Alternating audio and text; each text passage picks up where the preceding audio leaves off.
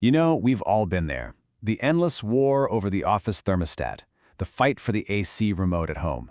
It's a struggle that feels timeless, and it's all built on this one simple, but, as it turns out, deeply flawed idea, that there's a single, perfect temperature for everyone. But what if I told you that entire concept is a complete myth? Let's get into why. So, let me ask you straight up, what is it for you? What's that magic number you secretly set the thermostat to when you think no one's looking? Just take a second. You got a number in mind? Okay, maybe you thought of 21 degrees Celsius, or maybe 72 Fahrenheit. Or maybe for you, the perfect temperature isn't a number at all, it's just, sweater weather. The fact that we all have different answers gets right to the heart of it. There's just no single, universal right answer. And what's really wild is that even the official engineering rule book kind of agrees. The group that sets these standards for all our buildings, they're called ASHRAE. They define thermal comfort as the state of mind that expresses satisfaction. Just let that sink in for a second. A state of mind. That basically confirms that comfort is subjective. It's in our heads, not some fixed law of physics. So this idea of one perfect temperature, it's a really powerful myth. It's one that literally shapes how we design, build, and power our entire world. But it's an illusion, and it's one that's costing us both in terms of our own comfort and a massive, massive amount of energy. So if comfort is just a state of mind, why do all our buildings act like it's a hard fact? Well, it's because we design them based on these big, global standards. But as we're about to see, these one-size-fits-all rules, well, they often fail pretty spectacularly when they actually meet the real world. Generally speaking, there are two main ways of thinking about this. The old-school heat balance model. It basically treats a person like a mannequin in a lab, assuming we're just passive objects that need to be kept at one exact temperature. But a newer, smarter, adaptive model recognizes that, hey, we aren't mannequins. We adapt, right? We put on a sweater, we open a window, and what feels comfortable to us changes with the seasons. But here's where it gets really interesting. A detailed study in Northeast India found that even these newer, smarter models can be way, way off.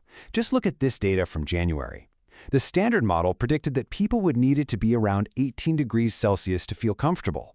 But in reality, they were perfectly happy at over 23 degrees. I mean, that's not a small difference. That's the difference between shivering and feeling perfectly fine. And the researchers themselves didn't mince words. As they put it right in their paper, the existing models always overestimated or underestimated the comfort temperatures of this region. In other words, for this place, the global rulebook was totally and completely useless.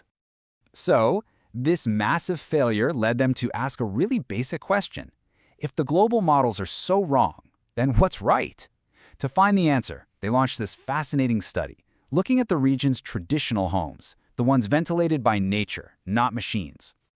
And you can see just how thorough they were. They didn't just study one type of environment. They went to 3 completely different climate zones. You had warm and humid, cool and humid, and then the cold and cloudy climate of Cherrapunji.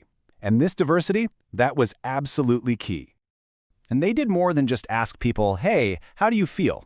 They were measuring 4 key things all at once. The temperature outside, the temperature inside, the humidity, and this is the crucial part, what people were actually wearing, their clothing level. By analyzing how all of these different pieces of data related to each other, they didn't just find a new, perfect number.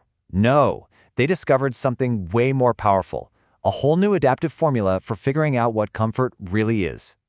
And this right here, this is the big conceptual leap. Comfort isn't some static number that you aim for, like a target. It's a dynamic relationship.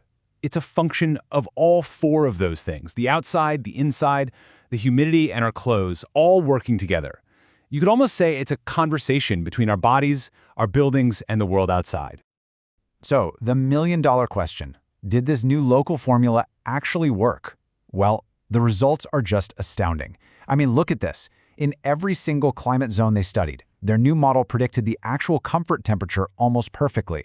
We're talking fractions of a degree of difference. It was a massive success. Okay, so this is all really cool research, but what does it actually mean for the rest of us? Well, the implications are huge. This is all about building smarter buildings that lead to happier, genuinely more comfortable people. Think about this number for a second, 7.3 degrees Celsius. That was the full temperature range that people in the coldest zone found perfectly comfortable throughout the year. Not one single number, but a wide, flexible band of temperatures.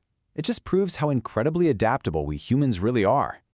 And that leads us to what is maybe the biggest takeaway from all of this. The goal of architecture shouldn't be to find and lock in one single energy-guzzling temperature. The goal should be to create buildings that allow for a comfortable range, empowering people to adapt the way our bodies are naturally designed to do. You know, when we start to embrace this way of thinking, it points to a future with buildings that are, 1, actually more comfortable for us. 2, they're designed in a way that's appropriate for their specific culture and climate. And maybe best of all, they would be radically more energy efficient, finally breaking our dependence on just blasting the heat or the AC all the time.